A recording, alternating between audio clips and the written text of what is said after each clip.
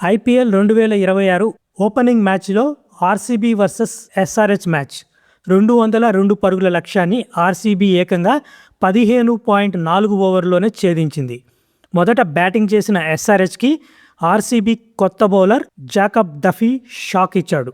Power ప్లేలోనే Abhishek, Travis Head, Nitish రెడ్డిలను pavilion చేర్చాడు. ఇషాన్ కిషాన్ 80 పరుగులతో పోరాడాడు. చివరిలో అనికేత్ వర్మ 43 పరుగులు చేయడంతో ఎస్ఆర్హెచ్ 201 9 వికెట్ల నష్టానికి స్కోర్ చేసింది. చేజింగ్లో ఆర్సీబీకి సాల్ట్ వికెట్తో మొదటి షాక్ తగిలినా దేవదత్ పడికల్ వచ్చి తుఫాన్లా ఆడేశాడు. 21 బంతుల్లోనే 50.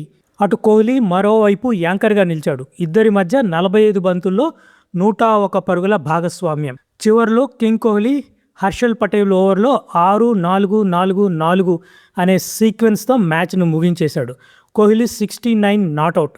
ఆర్సీబీ 15.4 ఓవర్లోనే 203 స్కోర్ చేసింది 4 వికెట్ల నష్టానికి.